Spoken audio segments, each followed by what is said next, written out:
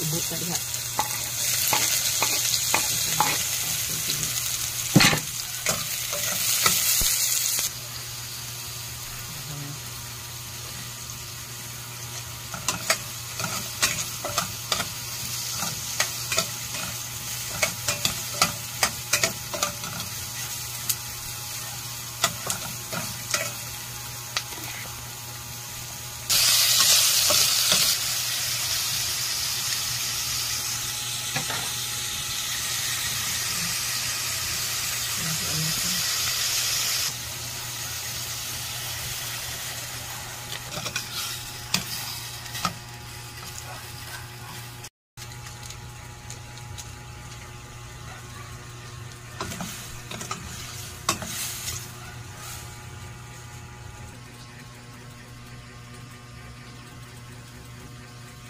Ibabaw ko ng pagana. Ubos sa video.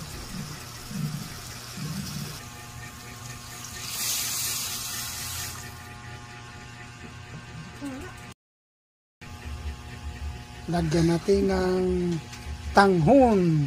Ito po ang soft tanghon mga idol. Yan, soft tanghon yan. Tapos lagyan natin ng gulay yan. May kaunting gulay lagay dyan sa ibabaw mga idol. Ilagay na natin yung Chinese pichay gulay.